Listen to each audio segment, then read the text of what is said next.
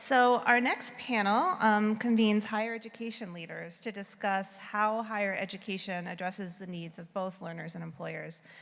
So we're expecting them to really take a critical eye in terms of what's working, what's not, and how higher education institutions can innovate. The flow of the session is going to be a little bit different. So we're going to start with a moderated panel discussion for about 30 minutes. We're then going to move into small group discussions for about 20 minutes and then reconvene to share our learnings and to have a discussion and Q&A. So I'd like to introduce our panel. This morning we have Colonel Chris Mayer, who is Associate Dean for Strategy and Initiatives at the U.S. Military Academy at West Point. I'm also happy to welcome Kelly Otter, who is the Dean of the School of Continuing Studies at Georgetown University.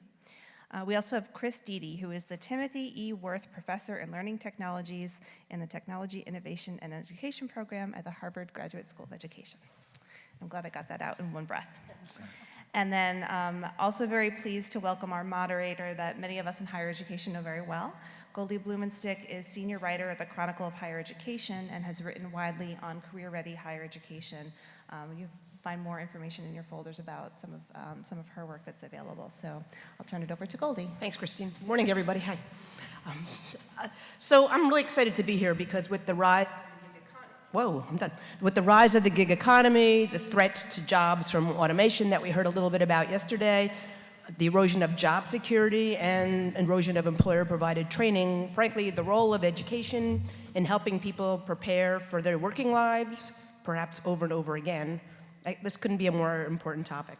The question is whether colleges are still the solution for this workforce in training and this workforce in transition, and that's what we're going to be talking about today. Not so much either whether that's true, but also what that might look like as it evolves. One of the things that I've been thinking about a lot as I've been researching this topic in the last several months, particularly doing the Career Ready report and doing some other work, is this quote that I heard from one of the people I talked to keeps resonating in my ears. The person said, "The grooves to careers are not as clear or as accessible as they used to be." And part of that's because of what we heard at the previous panel. The nature of work is changing. And the other reason for that is the nature of education is changing. There's a lot more competitors and players out there on the field who are able to sort of play a role in this process, whereas before it felt like higher ed kind of had this playing field a little bit more to itself. So that's kind of what we're going to sort of dig into a little bit on today. And by way of introduction, I'm going to fire off a question to each of the panelists here, and then move to sort of a broader set of questions that I have for everybody. And my first question is really for Chris Mayer. We've heard a lot about the liberal arts and the value of the liberal arts as a good foundation for training people for careers. I guess I'm particularly wondering, maybe more so because I heard the news this morning, how at West Point do you apply liberal arts training to the kinds of careers that your graduates are going into? Thanks, Goldie. So West Point has a very broad core curriculum, and it's about 2/3 of the course requirement for the cadets. And it works out nicely that philosophy majors, literature majors all have to take an engineering sequence, and the engineering majors have to take philosophy and literature. So even our tech people, our engineers, our computer scientists have this grounding in the liberal arts. So there's that. So everyone gets the grounding in liberal arts, but there's also throughout the curriculum a connection of the liberal arts to their profession. So in philosophy, we study the ethics of war. General psychology is geared a lot towards leadership and understanding human nature. And so it's done in that way. I don't think we do a good enough job connecting across the curriculum, what they learn in liberal arts to the other fields, like the engineering sequences. But the thought is that you give them a good grounding in the human condition, because they're going to lead people, deal with machinery, but also lead people, and that's the primary function. Do you hear back from graduates that works, that they appreciated the value of the liberal arts? We do, especially during the height of the Iraq and Afghanistan wars, the ability to understand culture. And many of the young officers, lieutenants, were put in positions where they were essentially mayors of towns, so they had to negotiate with village elders. They had to get the infrastructure up and running. They had to understand culture, maybe some of their language education came into play. So you do hear back. Great.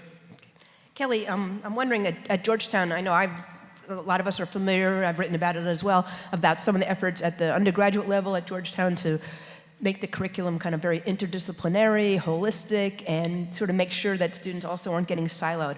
I'm wondering at the professional school levels or in the continuing education levels, particularly your areas, how do you kind of keep issues like diversity, the role of technological change in our society, all these kind of big liberal arts issues that we feel pretty confident, we'll talk about that in a minute, but we feel pretty confident that undergrads understand or are getting a grounding in. How do you know that you're being able to offer that in these professional courses? Maybe some of them are kind of short and smaller and, they're not, students are coming in for a particular topic. They're not looking for the broad interdisciplinary approach, but how do you sort of infuse it in that?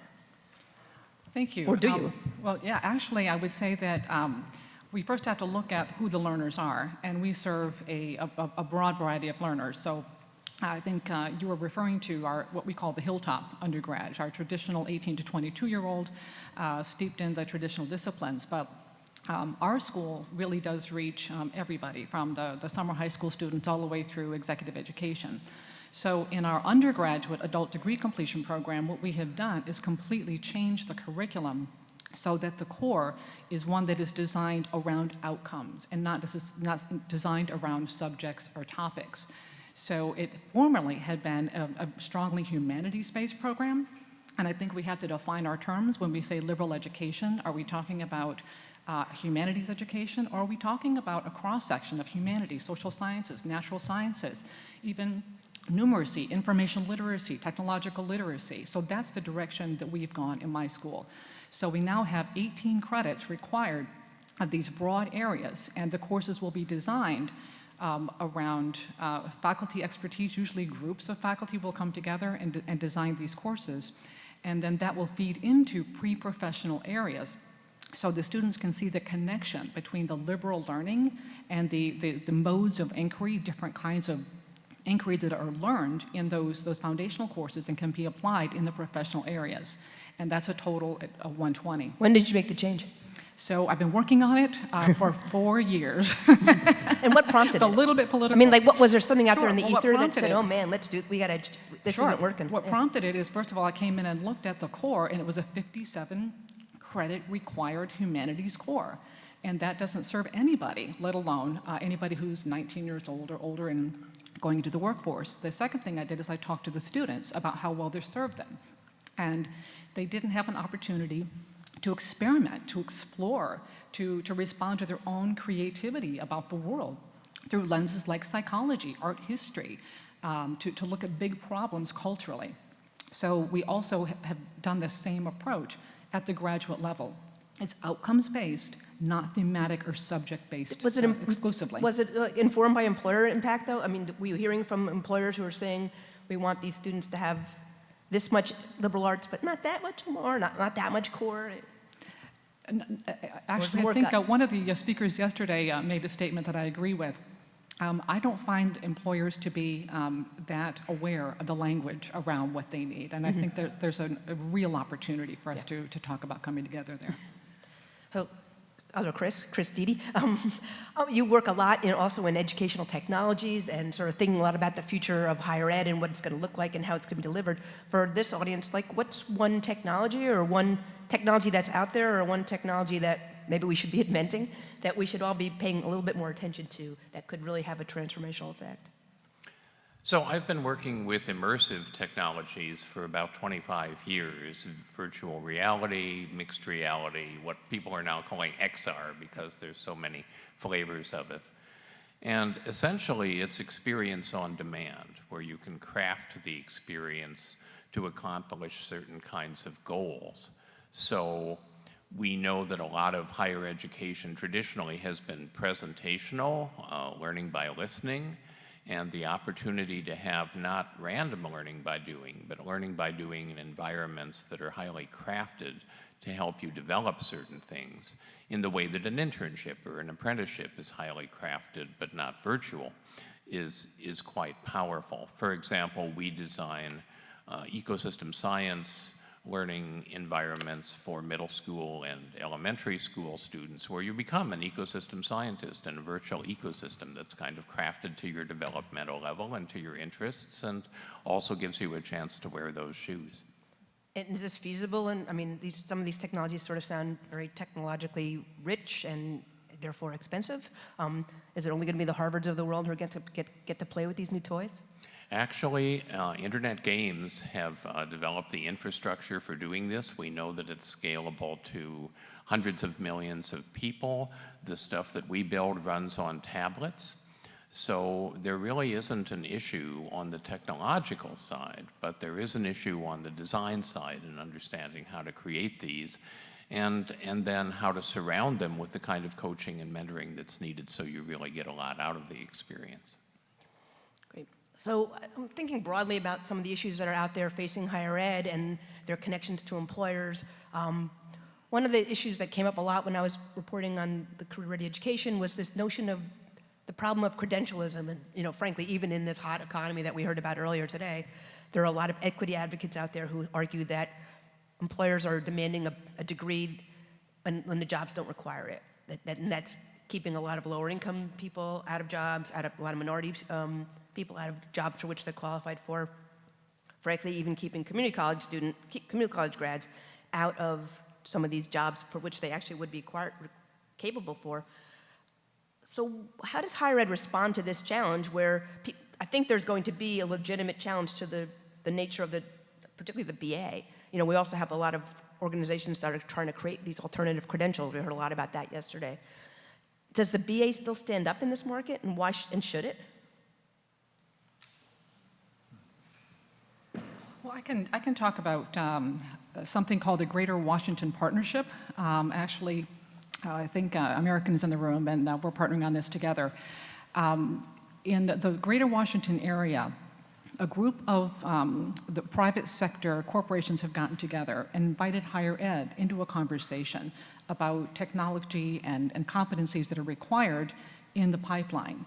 So this is actually an example where I think the corporate community has done a beautiful job of articulating the highly specialized technical skills they need and the more generalized technical skills that they need. And they've actually given us rubrics to respond to. So we're having a number of working sessions across George Mason, American, George Washington, Georgetown. And we're looking at our existing curricula, we're looking at our existing pipelines of students, and we're mapping those on to all kinds of different learning products. Some might be a minor in a BA, some might be a certificate program. So we're thinking about who that pipeline is. It could be served well. So we're at the table with industry, and we're having this conversation together. For your own students? It's about your, but I guess I'm thinking more broadly. I mean, this is sort of a broader challenge to higher education right now. There's a lot of people out there who are just saying that colleges are just saying the bachelor's degree isn't a good enough signal. And it's not fair to people, or it's not precise enough. So what is the proxy that leads you to hire one person instead of another person? What you have a transcript for and where that transcript is from is one kind of proxy, not a very good proxy, as you're saying. Another kind of a proxy would be recommendation letters, which again, you know, are mixed in terms of their quality. I tell my students the best proxy is a portfolio of what you've actually done that provides a kind of competency-based measure that employers can look at. And then the responsibility of the professors becomes not to have the course have assignments that are academic assignments, but instead have the course have assignments that can produce the kinds of things that are powerful in a portfolio. And in line with what I said earlier, I think we're also moving towards the ability to create virtual environments so that you can have sort of a summative competency-based assessment that gives employers a chance to look at how somebody performed within that setting. Goldie, I think it's one path to getting to what employers need, but I think the bachelor's degrees need to do a better job of connecting across the degree programs and the gen ed, but also, you know, instead of taking traditional math, maybe doing data science instead, things that we know employees need. in the workforce. And also partnering with, a lot of places are partnering with boot camps so that you can get a liberal arts degree, but then during the summer you're doing a boot camp in coding, and then that helps you get your first job and it prepares you for a career as well. Are there ways that colleges could do a better job of helping students both understand what it is that they're learning, that they are learning valuable skills, and then also communicating that? And I take your point on the portfolio, Chris. I also know from talking to Martin Kurzweil out there and others that employers don't spend a lot of time reading portfolios. They take about 4 seconds to review your resume. If they, through an automated machine, they're not going to get a chance to sort of see that. I'm wondering, like, what's happening with how employers hire and how colleges are trying to teach students and show them what can colleges do to better help students understand what they're learning and help students convey that? Well, I think that packaging students into disciplines is the wrong way to think about it. Even packaging students into roles, like say, well, I'm going to get a degree in managing a business, is the wrong way to think about it. We really need to think about it in terms of skills. So to take myself and try to model this, yeah, I can say I'm a faculty member, but what's more meaningful is if I say I'm good at explaining complicated things so that people can understand them. I'm good at listening carefully and then mentoring people about where they ought to go. I'm good at designing things that contribute to new knowledge and then studying to what extent they're effective. I have a lot of social capital, so I can pick up the phone and connect people to other people. That's a description of a faculty member, if you will, but it's a much richer description and it emphasizes the multidimensionality. We need students to think of themselves that way. I think I would just add, they need to know what they're learning and what they're developing in terms of skills, but also giving them the chance. If you're telling them you're a philosopher or you're taking a philosophy course and that improves their critical thinking, giving them a chance to take that outside of the classroom and apply it in a different context, because they're not going to be working as a philosopher. They're going to be doing real work. And I guess I'm a philosopher, so I can say that, but they need to be able to transfer those skills to other areas, so preparing them to do that. I think the challenge that goes along with that is we know how to use rubrics to do more outcomes and competency-based education, but faculty are still wedded to teaching around the subject and the topic. So we need a model that's going to coach faculty on how to approach the pedagogy and the curriculum development in a completely different way, so they can be explicit in that experience, so students learn to make it explicit as well. Yeah. And the other side of that question is, this is a question somebody sent back to me after I solicited questions for this panel through the newsletter that I do. Someone wrote back to me and said, what are colleges doing to sort of measure themselves? Mm-hmm. How well do they ever themselves go back and assess what they're doing to know that they're actually following a rubric, informing their students, making sure their students understand it? Are there some better ways colleges can be a little bit more formally self-reflective about what they're doing? Well, I think we can if we change this model, but at this point, there's such a disconnect between what we say we are aiming to do and what the students will be able to do and how we go about doing it. There's no feedback loop to really assess that. But if we do problem-based learning, portfolio-based learning that's designed around outcomes, and the students produce that work, then we can do a better job of assessing it.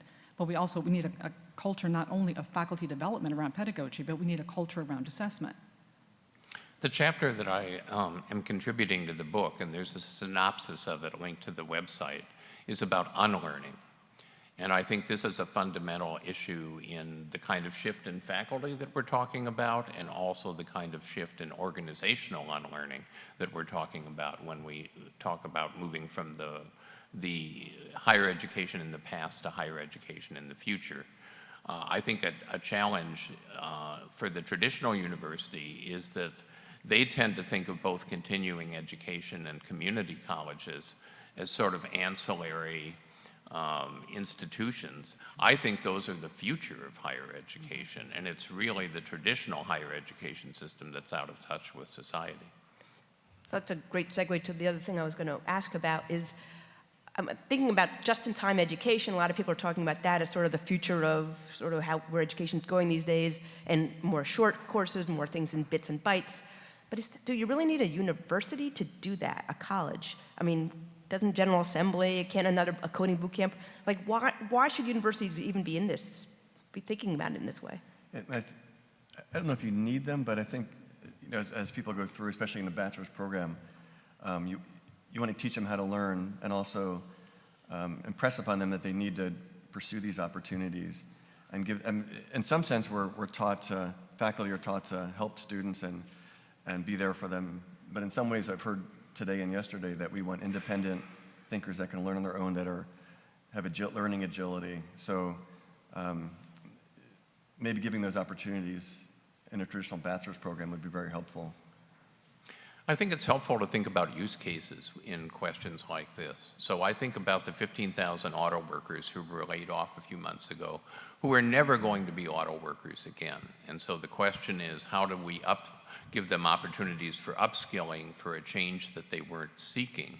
Some of them might be very good high school vocational teachers, but they're going to have to unlearn some things, and they're going to have to learn some things. They're going to have to unlearn a command and control approach, which is not going to work well in a high school. They're going to have to learn a bunch of human skills that complement their deep knowledge of manufacturing. So does that have to be university? No. Are they going to learn it in a MOOC? No. Are they going to learn it in some kind of a boot camp or a quick online thing? I don't think so. Well, or they might learn it, but do they even know where to go learn it? I'm thinking to what one of your colleagues had said to me once about this whole notion of the 60-year curriculum that Harvard and other places are talking about. And he said it's not really so much about content, it's about coaching. It's sort of like, the key to that is not what to learn, but like helping people know where to go, when to get what, and how to get it. Good. I would say we absolutely need universities, and I think we also need these just-in-time boot camps and these other providers. I think we need all of it. I think the benefit that universities bring is their tradition and their universality of the way that they approach education and shifting needs and demographics and the economy over time. And all of these other providers are more nimble, and they look at a problem in a short-term manner, in a very entrepreneurial way, and they challenge the rest of us to adjust. But they're more narrowcast. But they're more narrow. But we want that kind of innovation, and we want to be able to learn from it. But we need all of it. There's a lot of different kinds of learners, not just one. And I think this is the question earlier about the role of the government and employers. They definitely have a role in the case of the auto workers that lost their job. Like, they have to help identify learning opportunities and point people in the right direction, because it is overwhelming. There's so much out there. I want to push back a little bit, though, on what a central theme has been in the discussion so far, which is the idea that there are these jobs and there are people seeking jobs, and we need to somehow align education and coaching and navigation to get people to the jobs. With my students, I start by asking what they're passionate about and what they want to make an impact on. We talk about creativity and entrepreneurship and flexibility and learning quickly. They're interested in creating roles for themselves more than they're interested in fitting into jobs. And frankly, given where the chaos and the disruption that we're seeing in the economy, we need people who can create jobs rather than people who simply look for what jobs they're going to fit into.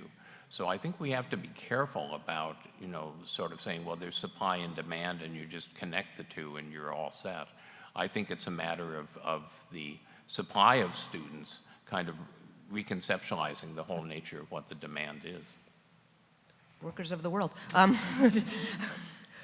Think a little bit broadly about this lifelong learning university, the 60-year curriculum. Maybe it's that fits with the 100-year life that we've all been reading about.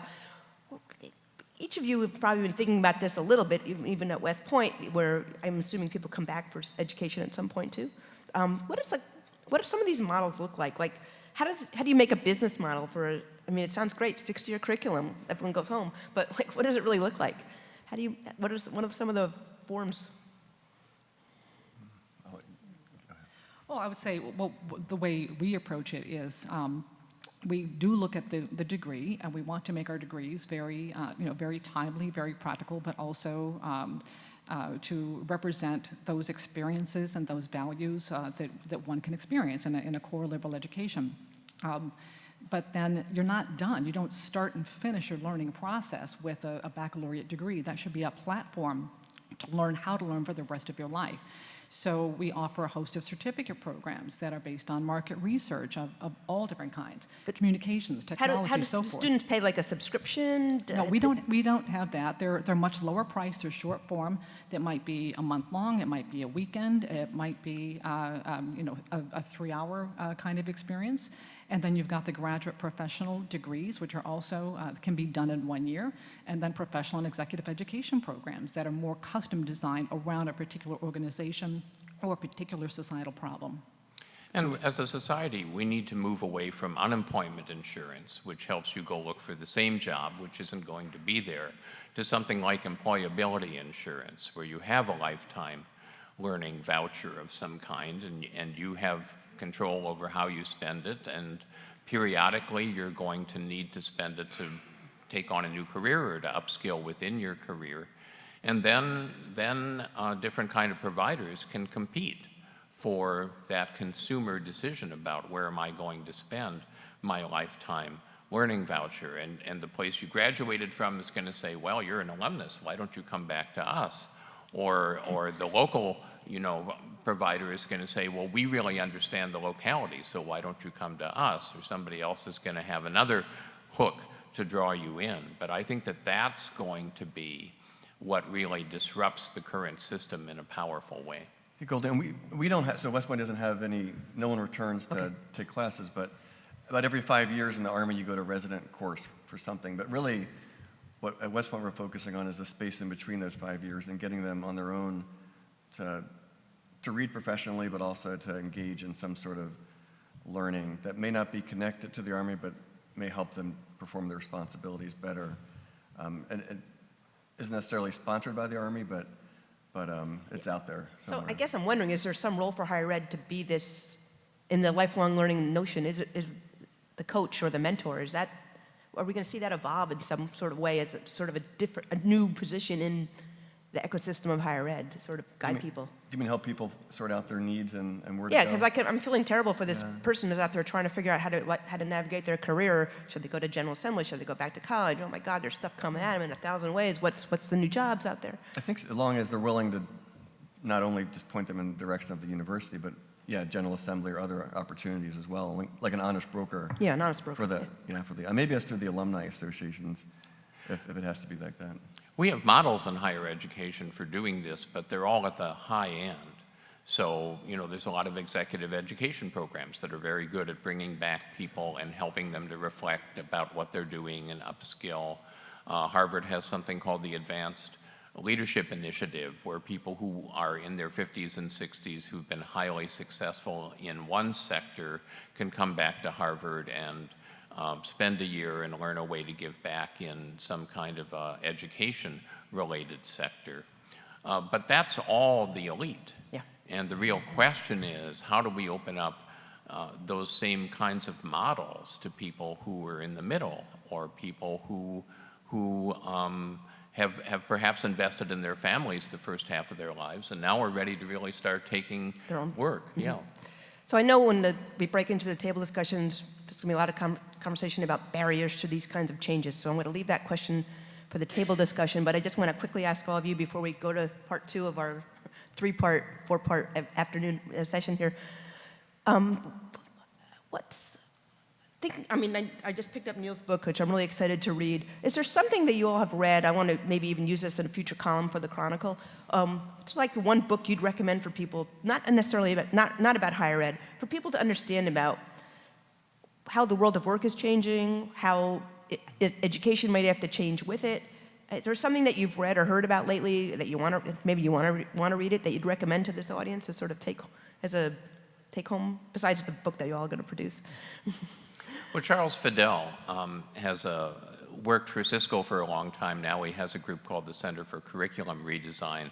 This spring they came out with a book. I don't remember the exact title, but it's essentially about how artificial intelligence is going to affect education.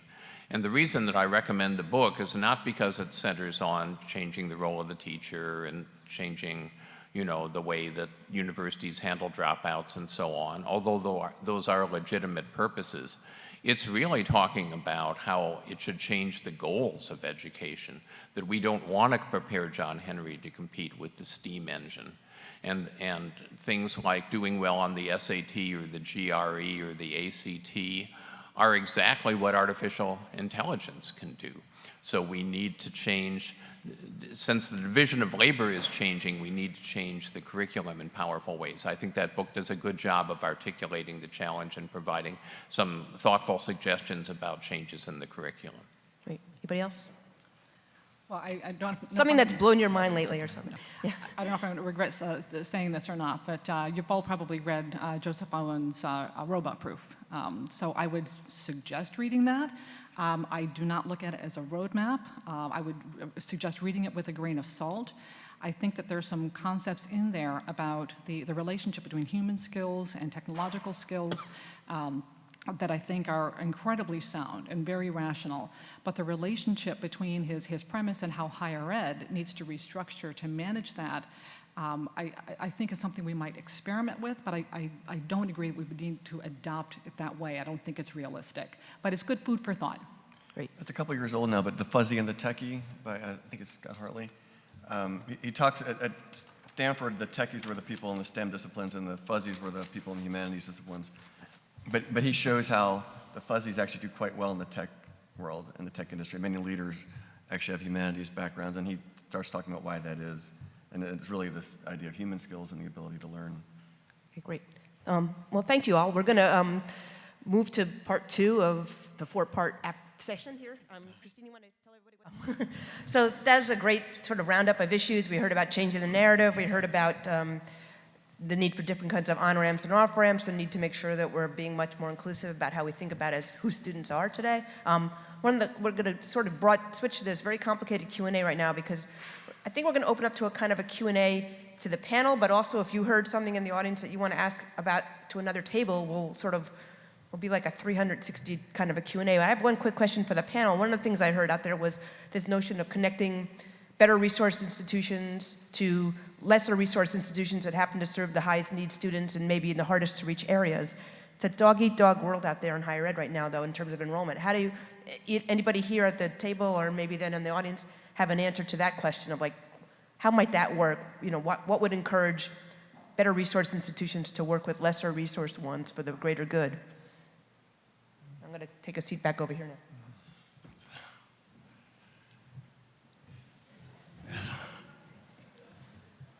Got to change that narrative too. I mean, maybe that's part of it. Is the I mean, higher ed narrative is higher ed has become seen itself as a kind of a business, and it's for its own self-interest and not so much for the public good.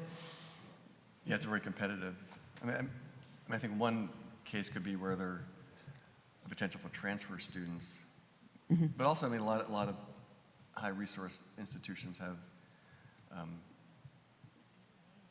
endeavors where they promote the social good. Maybe it's just shifting into that area, helping under-resourced institutions do better. Broaden what they think of as a social good.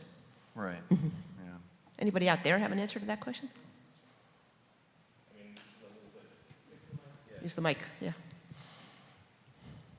A little bit self-serving here. I'm from UPCEA, so the association that worked with Columbia to put this event on, but associations themselves obviously as a meeting point, and the conferences and events that we have are a great place to start. Now you need to have the person have a proposal in a session that is, wants to share their information, but it's also a great way to just network and talk with folks that are doing that good work. And maybe beyond sharing information, sharing resources and sharing students and sharing some of that other, sharing students seems like the harder part of this, this calculation. So Goldie, Jason Wingard from Columbia again. This is an area where the philanthropic sector can be really helpful, and we're going to hear from them in the next session. But there's a lot of incentive that they can provide where they give money to the better resourced institutions and encourage them to partner with the lesser resource institutions to have access to the people who really need the work, but to leverage the platform that the better resource institutions have. So money is the key there. So if there's money that donors can provide and encourage these types of partnerships, then you can do both. You can use the resource and the platform, and then you can access the students that really need the work and help. If I could just comment, I'd like to underscore that so oftentimes when we do identify these projects or these needs or these new audiences, it has to turn into a fundraising project. We might be able to do some pilots, but it turns into yet another exercise. We don't have endless pots of money. As an anecdote, I mentioned earlier the Greater Washington Partnership, where industry is coming together with higher ed to design curricula around emerging technologies. So we are doing this as a volunteer effort, right, Jill? We are putting our time and our effort. We are asking our staffs to work overtime, our faculty to work overtime, to contribute new resources to benefit the corporations. And the students will pay for the product to maybe have a shot at working for the corporations. So we are trying to work in the public good, but in a sense, we're making an effort for the private sector. And you're talking specifically about that new collab data science certificate that's going to be accepted throughout the Washington region. That's right. Right. So I just want to pick up on Jason's comment also, and I think that comes back to really critically looking at ourselves as universities. And when our presidents, provosts, and faculty senate start talking about serving a broader mission of students, then the conversation changes. The money helps, but I'm going to let the microphone person figure out where to take the questions because it just seems, why should I do it? To Jason's point, there are some operational models, and so the Mellon Foundation gave a grant to BART 2 years ago to actually provide education in the Brooklyn Public Libraries directly there as one example of going into the communities and not having to have people actually come to the institutions. There are also a number of liberal arts colleges in the upper Midwest who are looking for partners with institutions that have an overabundance given the demographic realities in the upper Midwest. And so there are stress points there. And so there are partnerships that are waiting to be had, and there are consortia that are searching for the right kind of partners. And here's a case, to your point, where the philanthropic community would, at least one or two I can think of, that would be willing to partner if those alliances actually could be structured. I wonder if we could flip the next one of these events instead of being something that I think we all came to because we wanted to learn, take our knowledge back to our institution, and see what we might do with it to improve our own institutions, really. We didn't come with this philanthropic agenda, even though I think each one of us holds it. But to piggyback on all the points that have just been made, if you were to replicate this kind of an event in, say, 6 months, but do it in 5 regional locations that could create easier access for some folks in different regions who have actually different needs, and if it was funded for people to come with skin in the game. The idea, if you're an Ivy League or a prestigious school, is to come be together with a mid-range school and regional employers and regional services and come out with an actual project that you intend to implement with a test case report 6 months later on what you're doing about it.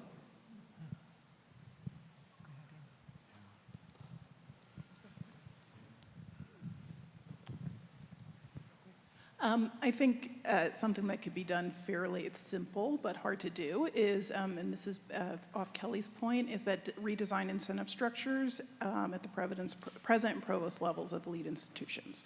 So if they set an agenda and say, but part of your faculty time, you will be compensated, whether it's with class relief or additional funds, for working with underserved institutions. I mean, even in Philadelphia Community College and the University of Pennsylvania do not have a lot of working relationships. So why isn't the Wharton School working with employers and folks at PCC, right? It's not incentivized in any real way. It's a feel good, it's a we got a grant, and it's not a strategic objective of the institution. So I think if that happened, we might see some change. I'm a little worried about hearing a deficit model here. I think that we confuse the knowledge generation by universities, which is often what leads to the criteria of elite, with the ability of universities to actually add value to the students that they serve, which isn't the same. I mean, it's loosely interrelated, but it isn't the same. And so saying, well, the elites have insights that, you know, less privileged universities could really benefit from, I think it's a bidirectional relationship. And I think that often students from underrepresented populations struggle in elite universities in part because they don't have the insights about how to teach and how to form communities that a lot of the institutions that serve more of those students do. So I hope that it could be a more equal and balanced kind of sharing of knowledge and insight. Yeah, I mean, I think sometimes the elite institutions have maybe better employer connections. They have other kinds of other kinds of assets to bring to the conversation, not necessarily that they're the sole source of all knowledge. Can I just add one simpler solution to this, which is the elites have benefited from years of public support in the form of tax preferences and access to a variety of other subsidies, partly on the grounds of contributing to economic and social mobility. They're not going to do that if they're only educating students from the top 20% of the income distribution. So what if they shifted to, in fact, instead of having 70% from the top 20%, 70% from the bottom 80%, and have access to those subsidies go to lower and middle income families? Seems like it ought to be at least part of the solution. Getting to bigger, we're solving more than the employability crisis here right now. Yeah. Are there other broader questions growing out of the discussions that we had from the tables, from our panel? Or other thoughts? People are ready for lunch. I want to go back a little bit to, if there's not, I just want to go back to you guys a little bit more, think a little bit more about how higher ed can prove, I mean, this goes back to the changing of the narrative conversation maybe a little bit. How can higher ed prove that it's doing what it says it's doing? Are there different kinds of credentials, assessments, approaches that colleges should be taking on right now to sort of show what they're doing, and maybe to that broader discussion about changing the narrative, to show that they're creating employable graduates? And the reason I'm asking this is there was just a study that came out the other day that talked about the broader impacts of state disinvestment in higher education, and it said, you know, states are undercutting themselves, that they're losing out on tax revenues, that they're losing out on, they're not creating their skilled employees, and that's going to hurt their own economies, and they're not creating their own research, and that's going to hurt their own sort of, you know, innovative culture. So I guess I'm wondering, you know, we've been hearing this argument for a long time in legislatures. Is there something new institutions can do to change the dynamic? Well, if we think of ourselves as a service industry, one of the things that service industries do is they survey people down the road or interview people down the road to see how well served they thought they were. So for example, if you're part of a medical system, maybe 2 years, 3 years later, there's a follow-up. How healthy are you now? How much did the suite of services contribute to that? We know certainly in our expensive master's program that really what keeps us going in terms of admissions is that the alumni feel as if it was a good investment, and 4 years, 5 years later, they're testifying to people they know about that fact. I think that if we looked more at what alumni said about us at every level, that we'd sometimes be excited, sometimes be humbled, but it's a form of evidence that isn't used as much as it could be. What are the barriers to doing that? I think getting people to respond to the surveys, but also investing, not just were you satisfied, but what were you missing 5 years into your career? Like what particular skill, or where were you weak? And then talking to employers as well. I mean, we have one employer, the Army, so it's pretty easy for us to. We do go out and we talk to people that lead our graduates and say, hey, you know, how are they doing? And usually they could write better.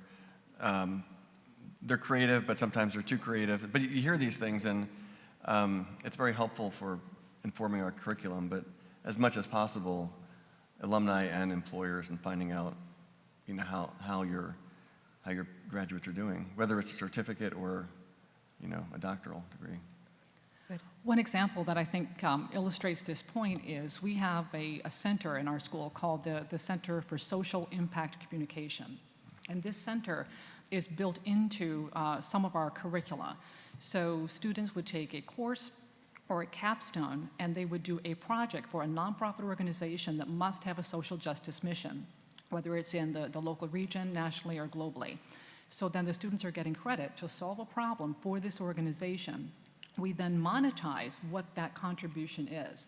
And at this point, we have counted that our students have contributed more than $10 million in intellectual resources to nonprofit organizations that benefit from that. So they then all get jobs because it's demonstrated that they can solve the problems. So that's just one example of how we can use problem-based learning in real organizations, integrate it into the curriculum, monetize it, and show a monetary value as well as the social value.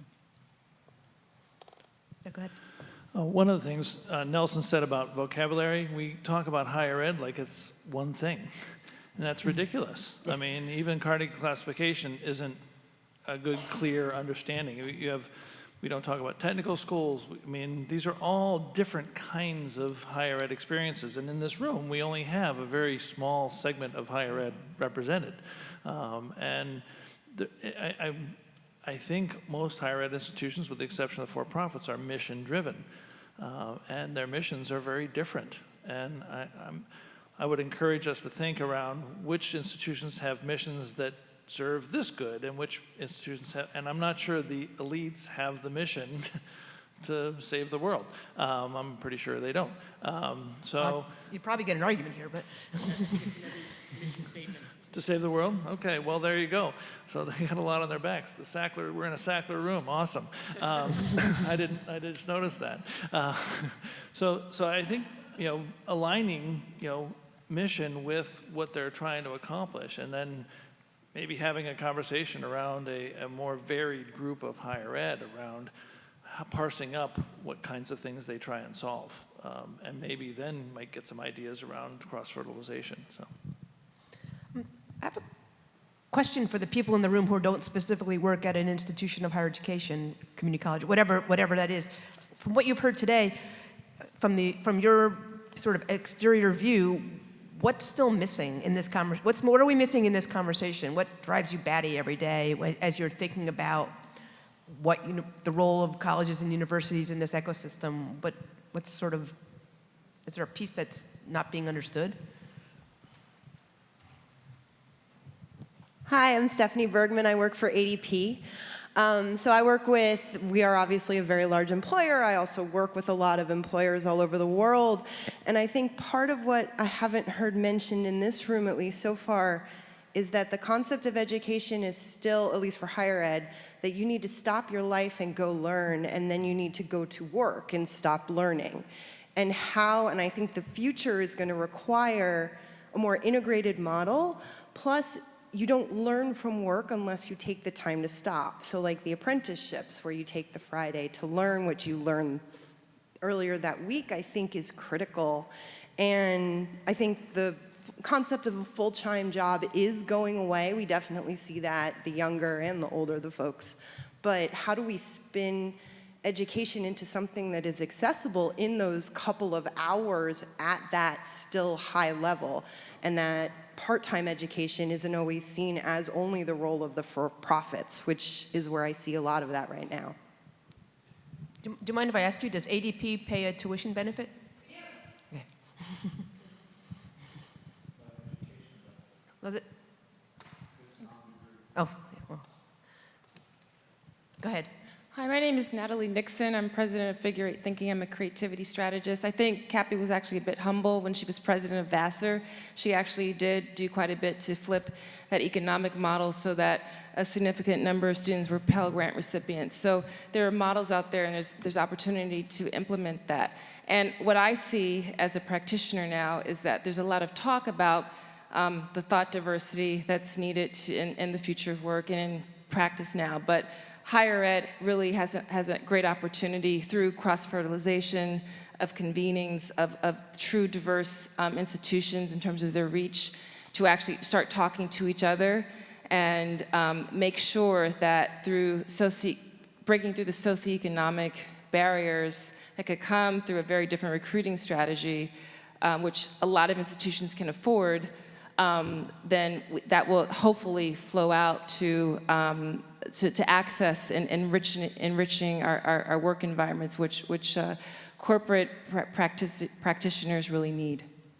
To that point, how many people who run, I'm going to ask everyone here to just raise their hands, people here who run continuing education programs and adult serving programs, how many of you provide a lot of your own institutional aid in those programs?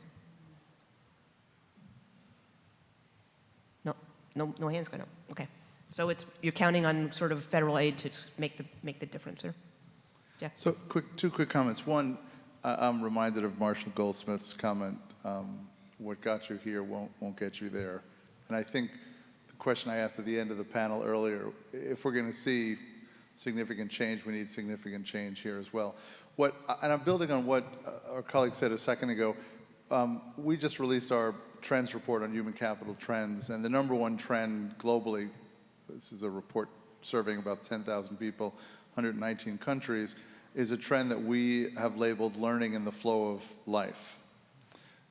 We thought the trend was learning in the flow of work, but then we realized it was more than that, because it's not just integrating work and learning, it's also integrating learning into life, so the lifelong piece. And I think that integration piece, both in terms of longevity and in terms of moving beyond a sort of a model that says we learn and then we work, and then maybe we learn again and we work. It's a really good model for the second or third industrial revolution. It's not a fourth industrial revolution model. And I think businesses and individuals are asking themselves that. Great. Okay, I think you're going to get the lucky last question here.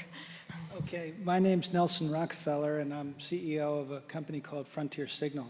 So in response to your question, individuals, academic institutions, and employers have a very important transaction between the three. And if you go to Freud, he says love and work. So work clearly is central. So when one focuses on that transaction between those three, when one focuses on the vocational nature of our missions, we have to reflect what is the efficiency of that transaction that's taking place.